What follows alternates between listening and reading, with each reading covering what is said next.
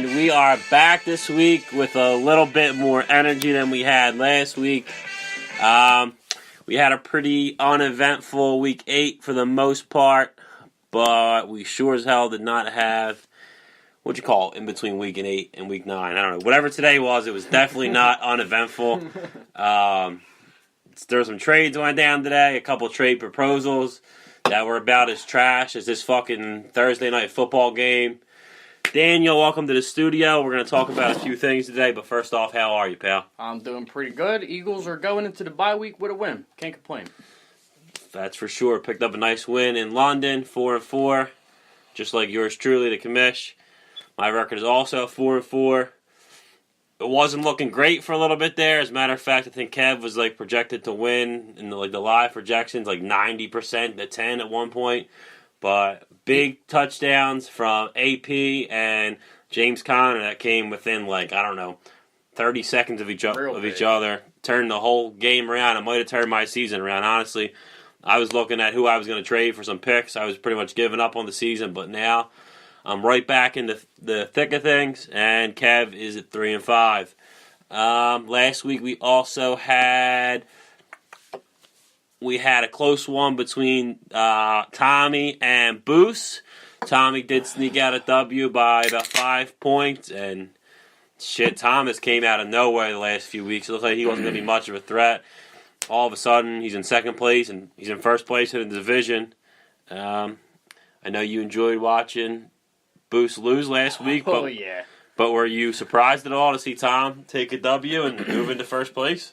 No. When you have the best player in fantasy football on your team, you usually win. And that makes sense. That's about it, you know. How did he get the best player in fantasy football? Did he draft him? No. Actually, you know, it was inevitable that Wacky was going to start pulling these fucking crazy trades. And you know what? You know what goes hand in hand with Wacky pulling off crazy trades? Richie pulling off crazy trades. Very true. What was it, 2 years ago? C.J. Anderson, Jordy Nelson for Odell and Lev Bell? Do those guys play in the league still? Yeah, actually Jordy Nelson's playing tonight. Yeah. I think C.J. Anderson's a third string running back somewhere. In fucking, in the Canada? AFL. But yeah, it was a big win for Tom. He's now up 2 full games in the slap bet. You know, the season's starting to get a little more mature now, and it's looking pretty good for Tom. Oh, he's hurt. And not great for Kev. So, Carter's Killers picked up their first win last week, fucking about time. They are 1-7. They caught the Zoids on an off week, and that is going to be... All right, lead us to our next question.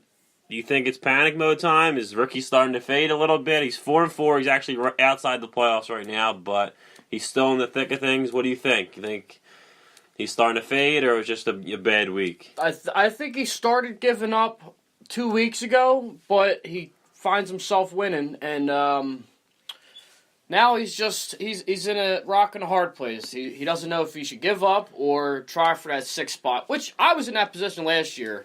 And it was heartbreaking because, you know, Richie ended up getting my spot in the playoffs, but not this year, Rich. It's all about you this episode, baby. Fucking loser. Speaking of Rich, he took an L last week to you. Big time. Pretty, That's the sweep, if anybody was wondering. It is. After he's owned you for so long, he finally took a sweep on him. Oh, yeah. I also absorbed some of his players along with That's Wacky. true. He kind of beat himself. But he beat him by 40 points. No surprise. Pretty impressive win. It sucks for Rich because we were talking about it earlier before the show. He only has 5 less points than Tom. He's in 9th place. Tom is in 2nd. Tom's 5-3 and Richie's 1-7. It's crazy how fantasy football can be sometimes. That's the difference between a respectable owner and unrespectable owner. Wow. You know, they make the right starts and they lead their division. I guess so. We had our game of the week last week. Wacky took a big W over Black. Black had both his running backs on a bye, so Wacky kind of caught him at the right time. Excuse me. Fucking choking over here like, Dylan Blecker does.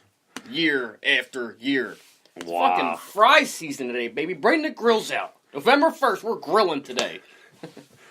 Shots fired at Pittsburgh Black, but that was a Whoa, split. whoa. Too soon for that, dude. Why is that? Shots fired at Oh, Pittsburgh. that was- Come on. That was completely unintentional. Oh, yikes. Salute to them. Yeah, R.I.P. and the BFFL sends their condolences. Yeah, that was definitely too soon, and it was definitely unintentional.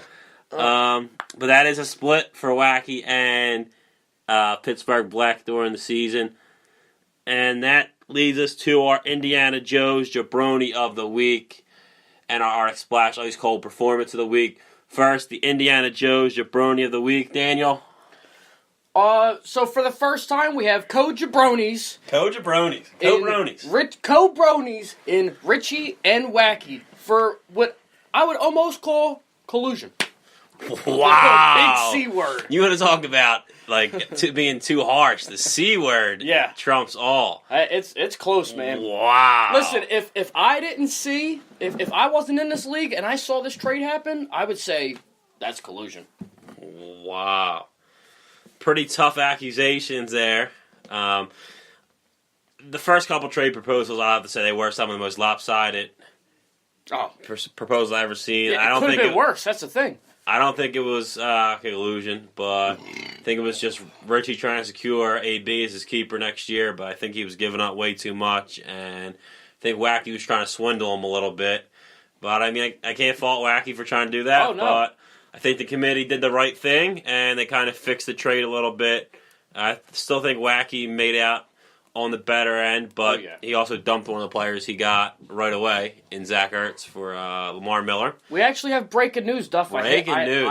I hate to cut you off, but ex-BFFL member Conway says, isn't Ertz scoring in the top 5 wide receivers this year? This seems very one-sided. So we have a little bit of a weigh-in from a former BFFL member. And even they think it's... There was a lot of negative feedback on Twitter about that trade. Lots of it. I'm not surprised. Yeah.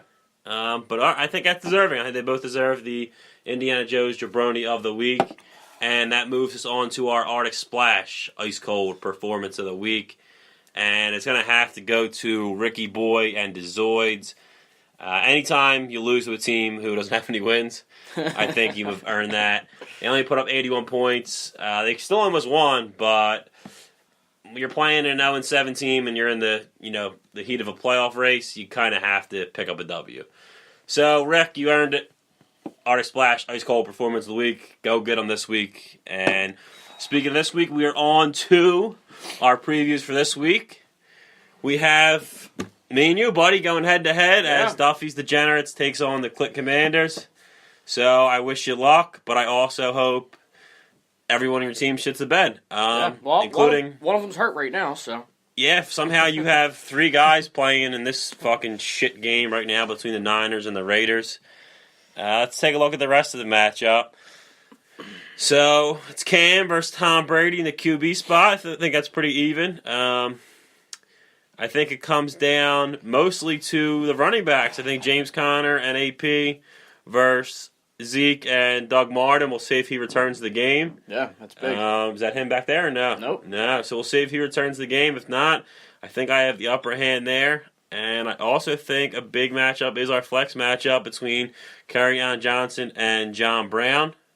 So we'll see how this one goes. The projections are pretty close, and I think it's going to be a tight one. Yeah, I mean, I got a bunch of buys this week. They're probably going to end up biting me in the ass. I'm going to pre-declare myself the jabroni of the week for, again, starting Dallas's defense. Very true. Fucking stupid.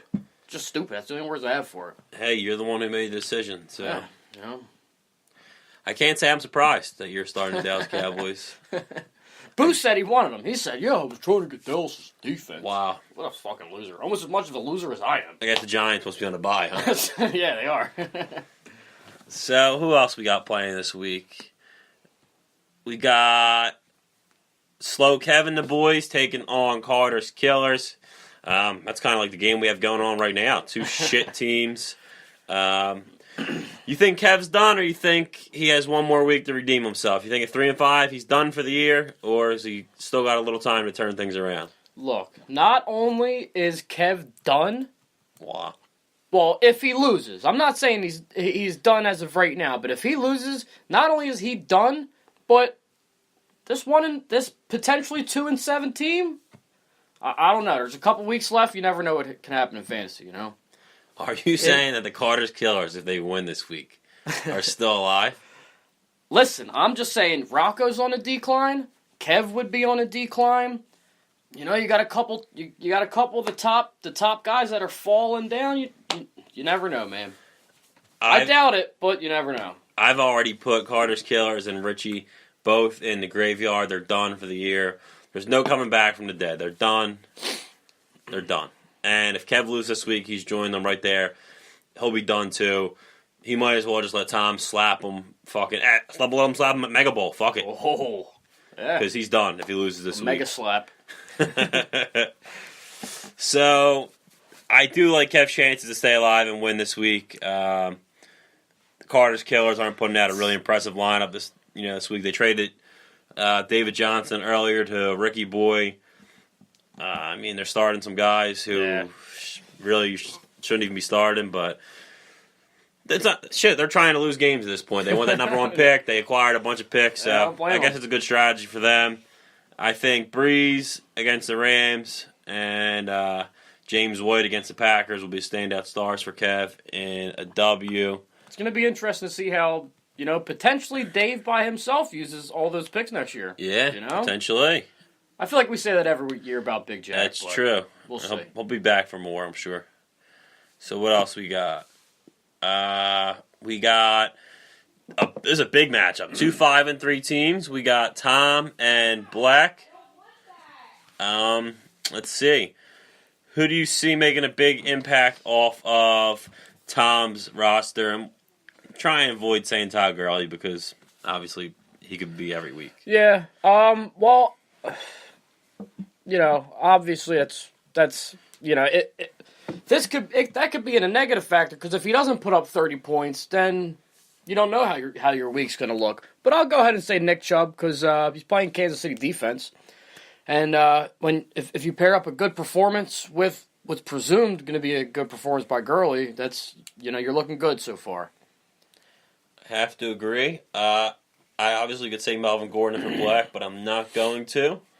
I'm going to say both Tev Coleman and Aaron Rodgers on Sunday night proves he's the best QB in the league, other than Carson Wentz, as he outduels Brady in a shootout in New England and gives Black a great chance to win. Both of our games will be watching that one real tight. For sure. A lot of implications.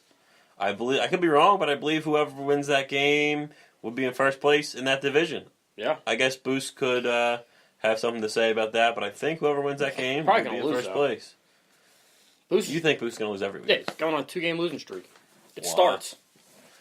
Then we have Rocco versus Richie. Rocco's trying not to lose to another team who is in tank mode, so hopefully he can pull out a win here. I do like his chances this week. I think Lindsey makes a big impact against Houston, and I also like Juju to have a nice game against Baltimore. I think Baltimore's going to try and do their best to limit AB, and I think Juju could be in store for a big day. What about for Richie? I'm gonna say the biggest factor of Richie's game is himself, because pending him trading away his remaining players, that's gonna give him the best chances hanging on to his guys, because he has a thing for trading away halfway through. It's just his thing apparently. We'll see. But his team's terrible, so I can't pick anybody from. AB, I guess. Yeah. Good luck saving that fucking dumpster fire. Good luck. All right, we're going to take a quick break, and we'll be back with our Game of the Week preview and then a couple more segments.